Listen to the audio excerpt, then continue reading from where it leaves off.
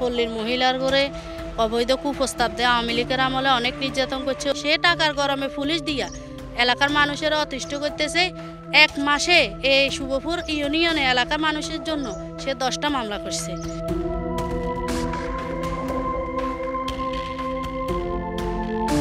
আমার শাশুড়ি ডরে ভয়ে ফেকানা ফসা পর্যন্ত করে দিছে। আমার শাশুড়ি যাইতে চাইতেছে না।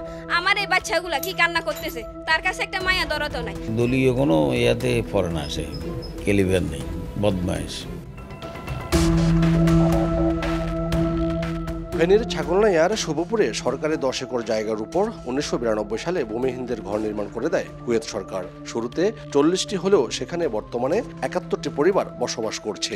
এই পল্লীর দুপাশে লেক দখল করে ইটভাটা ও ভবন নির্মাণ করেছেন কামাল উদ্দিন নামের এক ব্যক্তি, যিনি নিজেকে বিএনপির সদস্য পরিচয় দেন।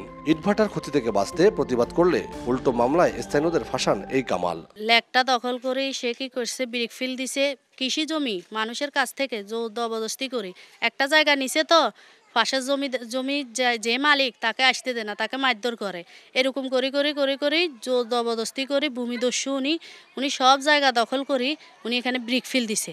ওইখানে সরকারি জায়গার মধ্যে অবৈধ একটা 3 তলা ঘর করছে বিলাসবহুল, ওইখানে অবৈধ কাজকর্ম করে। আমরা যদি কোনো কথা একটা কই এটার জন্য আমরা সামনে দিয়ে দড়ি নিব কি। এতেই থেমে নেই কামাল। ইটভাটার মালামাল চুরির এক মামলায় সোহাগ নামের এক ব্যক্তিকে ধরতে যায় পুলিশ। তাকে না পেয়ে প্রতিবন্ধী মা তরিকেন্নেসাকে আটক করে আইনশৃঙ্খলা বাহিনী। পরে ফাইল ক্যাবিনেট চুরির সঙ্গে জড়িত সন্দেহে তাকে আসামি করে কারাগারে পাঠানো হয়। পুলিশের এমন সাজানো মামলা নিয়ে উৎকণ্ঠায় স্থানীয় বাসিন্দারা। আমার প্রতিবন্ধী শাশুড়িটা এখানে শোয়া ছিল।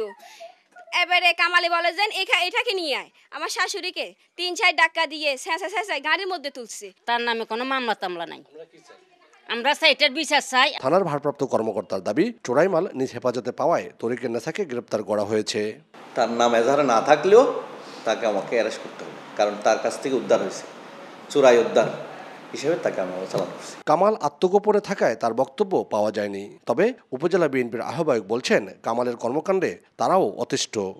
হেতের আফাত মস্তকে যা তো আছে ব্যাগ গাইতে বেদাল আমার জানা মতো, কিন্তু আমার দলের অন্য হেতের 200 খাইল।